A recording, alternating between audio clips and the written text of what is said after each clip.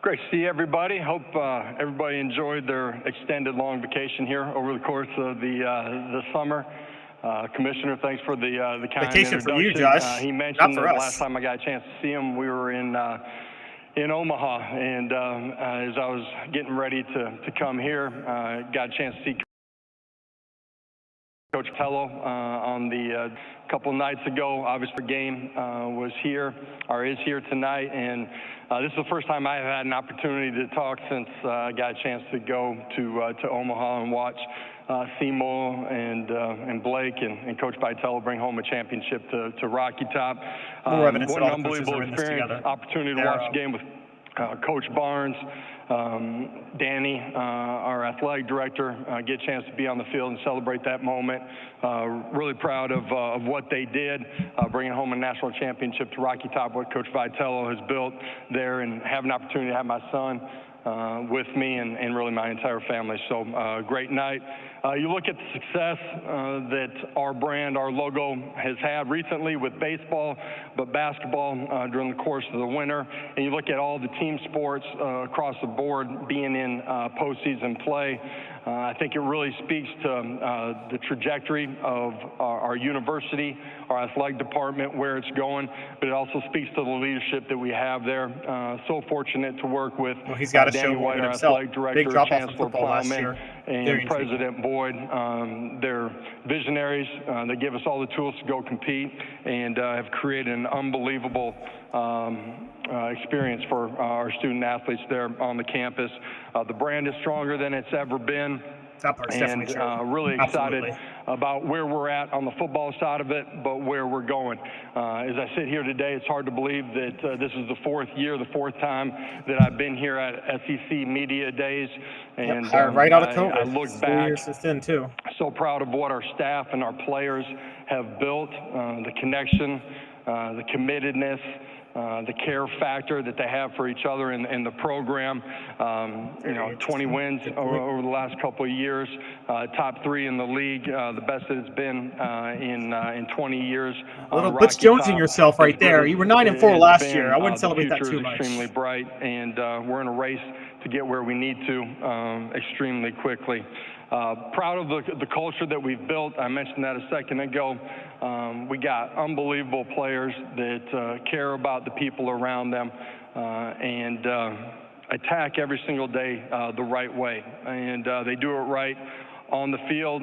They do it right in the meeting room, but they do it right in the classroom. You didn't bring James Pierce, who got in legal trouble last year. So as you look at for you to say us academically, right we've shattered every record over the last 3 years, have reset that record for fall term GPAs.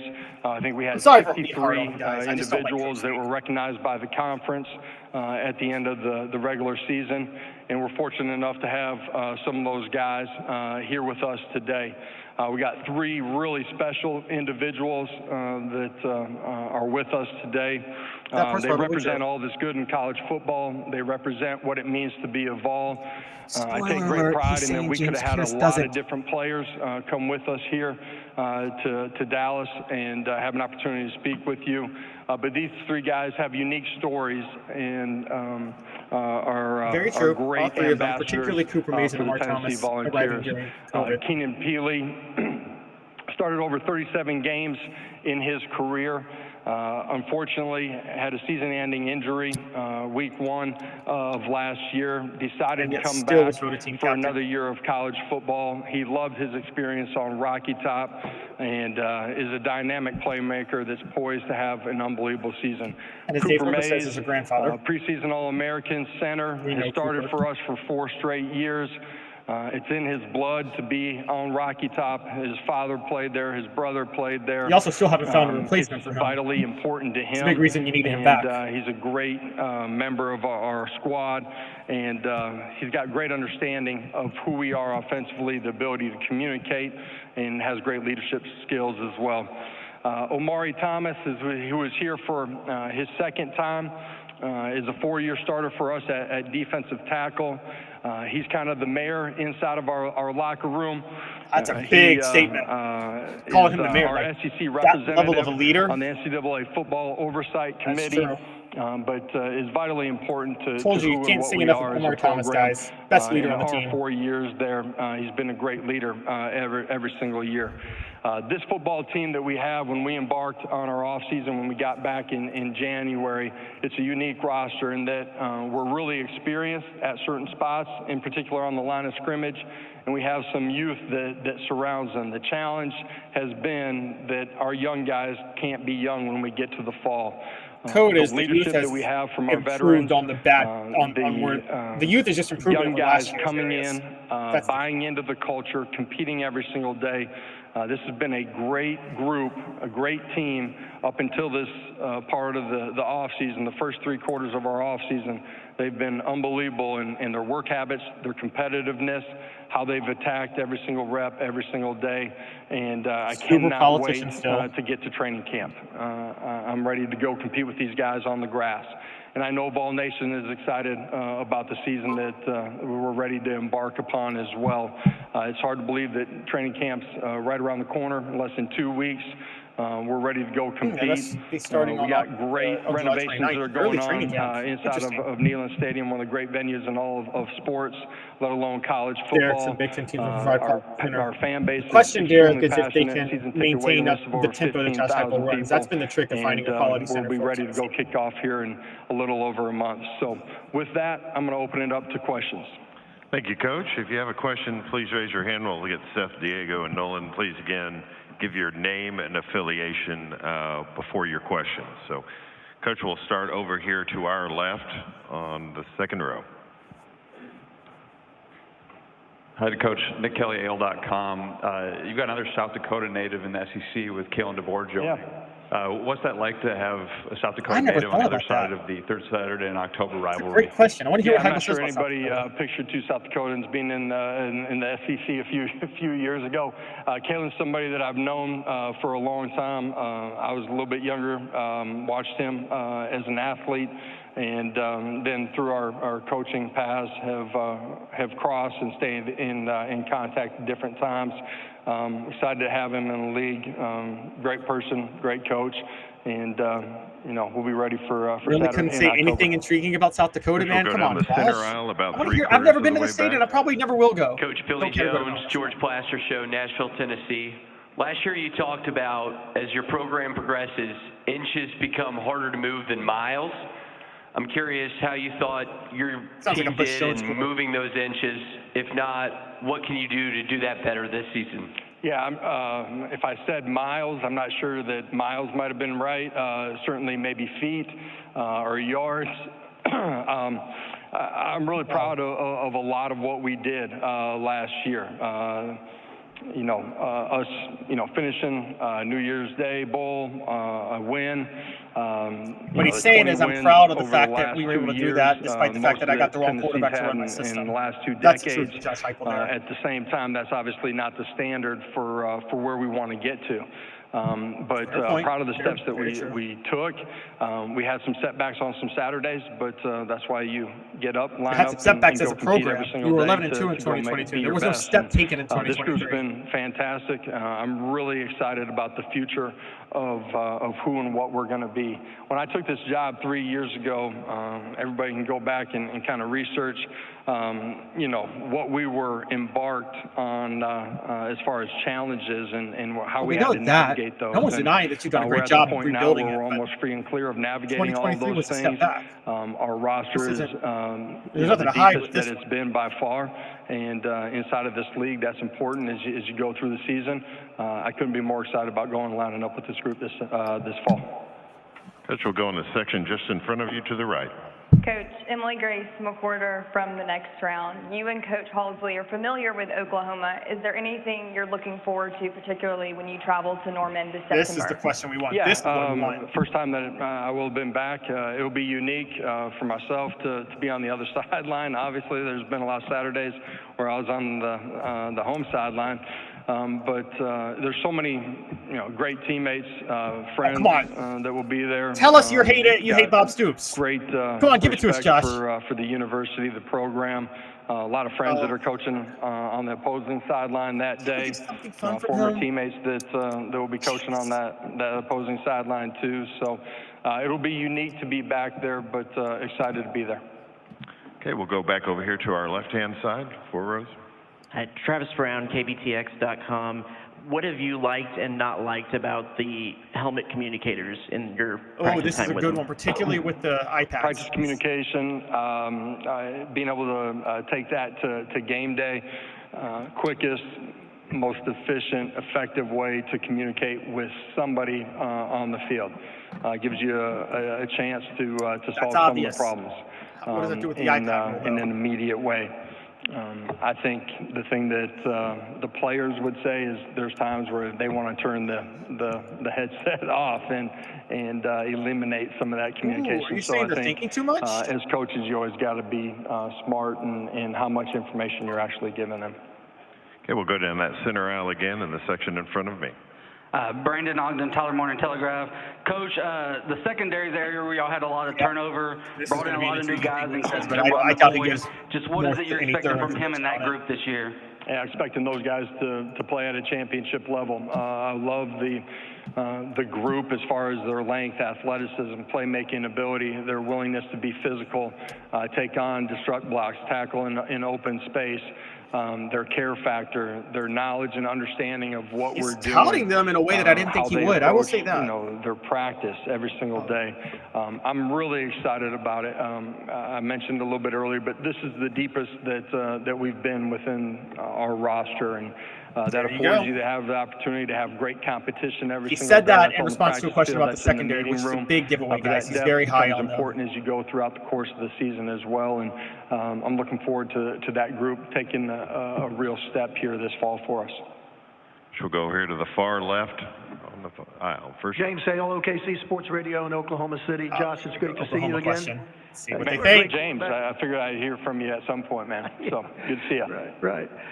You were a great quarterback at OU, and you've always been good with quarterbacks. Tell us about your latest quarterback, and he was such a highly recruited kid. He's going to give all the coach speak on this. Was highly recruited because of his athletic traits. He's got the ability to throw the football sideline to sideline, vertically down the football field, extremely accurate, loose, quick-triggered arm. He's got the ability to extend and make plays with his feet. That's as a runner. That's, evading and making a play down the field. The thing that I've loved about Nico is, when he came into the building, he wanted to earn the respect of his teammates, and you do that through your actions, not your words. Everybody understands how hard he works to become the best that he can at his craft. He takes great ownership in his skill set and developing it. Be vocal leader, understanding of our offense. Why didn't you bring in the media days? Just as a young player, gets his first start in the bowl game. One of the best compliments you can give to a quarterback is when it goes from the practice field to the game field, it slows down for him. During the course of the bowl game, it slowed down for him. Thought he was in great command out there. Now, there's a lot of things that he learned from that game. He's had great urgency in his preparation all offseason. I'm really excited to see his growth and development as a young quarterback throughout the course of this 24 journey. Maximized it. Okay, we'll go right in front of me, the second row, Barry. Barry Trammell with the Tulsa World.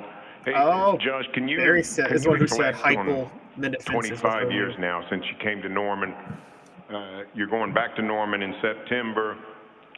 Guy that came trying to in get with him to say something good. Brent's the head coach on the other side. Yeah. OU's joined the league that you've established yourself in. Just the crazy nature of your journey as it relates to Oklahoma. Barry, I feel like only you could have predicted that all these things would have happened 25 years ago. As the grand wizard of Oklahoma media. Grand wizard, that's a weird thing to say. I just say KKK. Coach Leach recruits me. Brent, I got great respect for Brent. Playing while he was coaching, but also being beside him in the staff room. I don't know that I ever forecasted they were coming into this league, Oklahoma. It's just those are two really good brands coming in. Obviously, Oklahoma, my experience there. I think it's an exciting time to be in this league, and really unique that I'll have an opportunity to go back to Oklahoma. It'll be a Derek, completely Nico stats, different viewpoint. 80% completion, 40,000 passing yards, 33 touchdowns, 5 rushing, 391. It'll be unique for me. I got family that still lives back there. 5 interceptions, 9 rush a lot of friends, teammates. Like the stat line, Derek. Very ambitious. Coaches Why not that more I stay in passing contact touchdowns, bro? that coached Go me for while 50. I was there, and obviously administration too. So it'll be a unique Saturday. We'll go Not stand a really second in saying front of me anything over here on the left intriguing aisle. about going to Oklahoma. Kind of I'd rather just wait for the week of the game, honestly. Josh, why did you ultimately not bring Nico Iamaleava here? Here we go. Man, it's not about why I didn't bring Nico. It's about why the 3 guys that I talked about earlier are here. And these are guys that are in 6-year plus that have unique stories and are great ambassadors, but great leaders inside of our program. And felt like, in our track record, my track record of who we've brought here, we've brought veteran guys. And it's a fair so statement. it's not about Nico, it's about, these 3 guys, why we made that choice. I actually we'll stay in the same section on the right aisle. Hey, Coach, Chris Phillips, SEC Unfiltered. Chris Brazel's a guy who's gotten a lot of hype this offseason, the Tulane transfer. Just talk about what makes you so excited about him and the rest of that wide receiver group, the luxury it is to help a young quarterback with some of the talent you've got in that room. It's always a luxury as a quarterback to have guys that have the ability to separate, create bigger windows, to have length to go up and attack the football, have the skill set to defeat press at the line of scrimmage, let you get the ball out of your hands, not sit back there and take a bunch of hits. Chris is somebody that has got a lot of talk about because of what he's done on the field. Been a great teammate, but he's been a dynamic playmaker up until this point as we went through spring ball. And his best is still coming. He's continued to grow and mature physically. Just his strength, explosiveness. Travis, I'm not from the Midwest. I don't know the Wizard of Oz. Since he got there in January, really excited. I mean, I know the Wizard of Oz. Looking forward to having a great training camp with him. Very, very. We'll go over to our right-hand side, about 3/4 of the way back. Yeah, Dean Blevins, News 9, Oklahoma City. Josh, back on Nico, it sounds like the learning curve that you're expecting him to hit the ground running, and it's not going to be any wait till mid-season to gain your form. Is that accurate? Well, I certainly hope not. You know what I mean? We want him to hit the ground running. He's a young quarterback. Played really well in the bowl game. He's going to continue to grow through all of his experiences here throughout the course of the season. He's only going to continue to get better from all of those. But we expect him to play at a really high level from the very beginning, and we need that from him. Okay, we'll go in the center aisle, straight down the aisle, right there in the center. Hey, Josh, Trey Wallace with Outkick. The relationship with Tony Vitello and how you've been able to use the baseball program to kind of cross-recruit with football. Talked a little bit about this. What has that been like for the last 3 years, and how have you used Vitello to maybe land a few players on y'all's roster? At times there's baseball, football guys that you're recruiting, so having a clear dialogue with him, I think is really important. Him and his I think staff. they should go that route. But I think one of the great things, when it's going good all year long as far as your logo being in front of recruits. And so what Coach Vitello has done on the baseball side of it, or Coach Barnes has done on the basketball side of it, those are great experiences for recruits when they come to campus. They get a small taste of what Vol Nation is like and what game days are going to be like in front of 102,000 inside of Neyland Stadium. 102,000 is not unique. And we'll go over to our right, Coach, on the near over to the right side. Hey, Coach. Steve Moulton, WZZN out of Huntsville, Alabama. I did want to ask about building a program, and you've done it at a couple of places, Central Florida and now at Tennessee. He didn't build Central Florida. He took over an undefeated team. Is it easier, harder to build a program how you'd like to? Well, I think the portal has positives and negatives within your own roster, give generic speak. Right? You lose some, you gain some. The portal gives you the ability to go patch holes on your roster quicker than it could happen just through general high school recruiting. It's a little bit like junior college recruiting used to be, where you had immediate needs and had to patch your roster. Go in the center aisle, about 3/4 of the way back, right in front of the camera.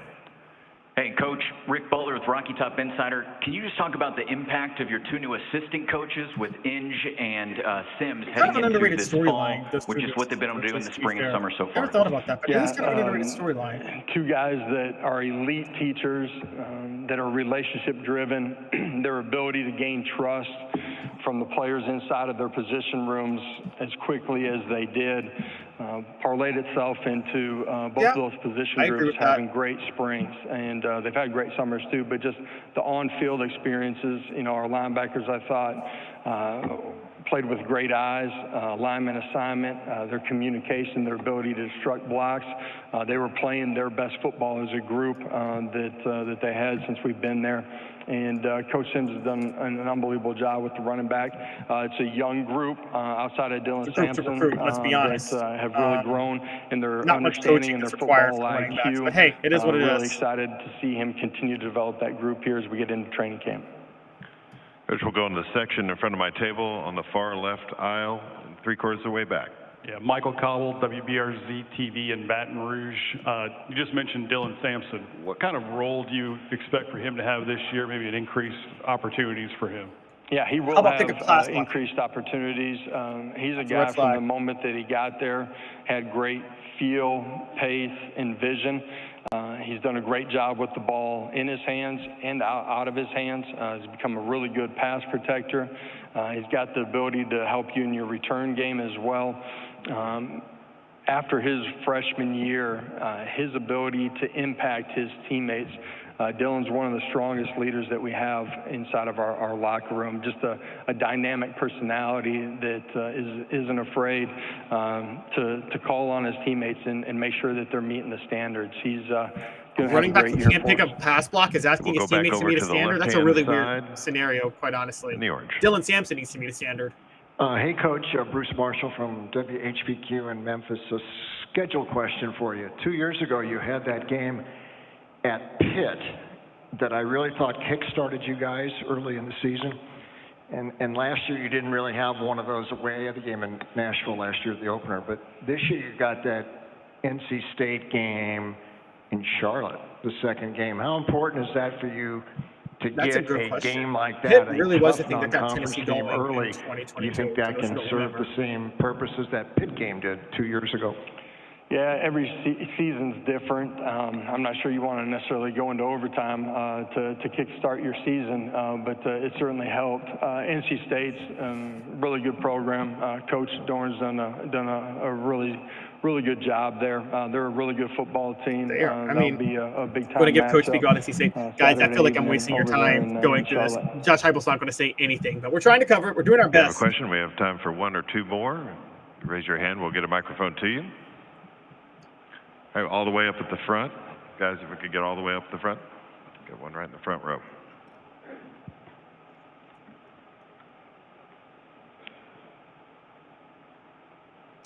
Dead silence. Awkward Hey, silence. Josh, Tom Murphy, Arkansas Democrat. It's been a few years since you've been to Fayetteville. They're on the schedule this year. Just your thoughts about preparing for that game. Yeah, always a great venue. Fan base is extremely passionate, and early conference game on the road. Know that that'll be a big test when we get to that Saturday. Cody says Go right that- behind. Second Cody, row, it's not about Cody. Hey, Says Josh, I Kevin Carl's the one with the on the box score. It's about a size. That's why he become can't a pass bad block. word for a lot of college football fans. But can you I talk think a he little can bit still about pass the block. positives I mean, I think he for can your pass block guys, if he put on just weight, some but of I don't think he's put on any those weight personal in the stories that offseason. you've So that's seen the and problem. He's got to get differences bigger. He's it's just not made. that big. Yeah, I wish I had it when I was back in Oklahoma playing. You know what I mean? Hype will comment on NIL right there. Kind of agree. I think. I feel him on that. For He's our getting paid players in their lives with their family, it's afforded them opportunities, and I think that's important. I do truly go back to my playing days and feel like you wanted to be a part of it and have an opportunity to use the game in a positive way for your family as well. And so for our guys, being able to increase their brand, their notoriety, and also be taken Josh take care Heupel's of obviously the going to be for families NIL is a real positive. on that one. Okay, we'll take one final question over to our right, about 3/4 of the way back. Yeah, Coach, Rob Brown with SEC Sideline Sports Network in Memphis. The It's always darkest before dawn. We hear college football's ruined, NIL, the portal, and everything. And here's Tennessee all of a sudden brought in $62 million in donations last year. It's pretty much idiot-proof college football. Yes, season that's why ticket people like sales. Greg What do you tell people profits. that keep trying to kill the Heard game? it here first. He's going to take this down. This is the greatest game. To me, this is the greatest game that there is. You look at the experience that young people have from 18 to 22, 23 years old. Their growth as a man, and the game affords that. You learn how to set goals. You learn how to handle success. You learn how to handle failure. You learn how to lead. You learn how to get yourself ready to be the husband, the father that you want to be when football ends, and it ends for everybody someday. Basic quotes from Heupel, but they're not obstacles lying. within the landscape of college football in today's world that we got to navigate, but there's a lot of really smart people that can help us navigate it the right way, and I'm excited about the future of football. Thank you. Coach Heupel, thank you for your time this morning. Appreciate it. Thank you all. All right, that was Josh Heupel.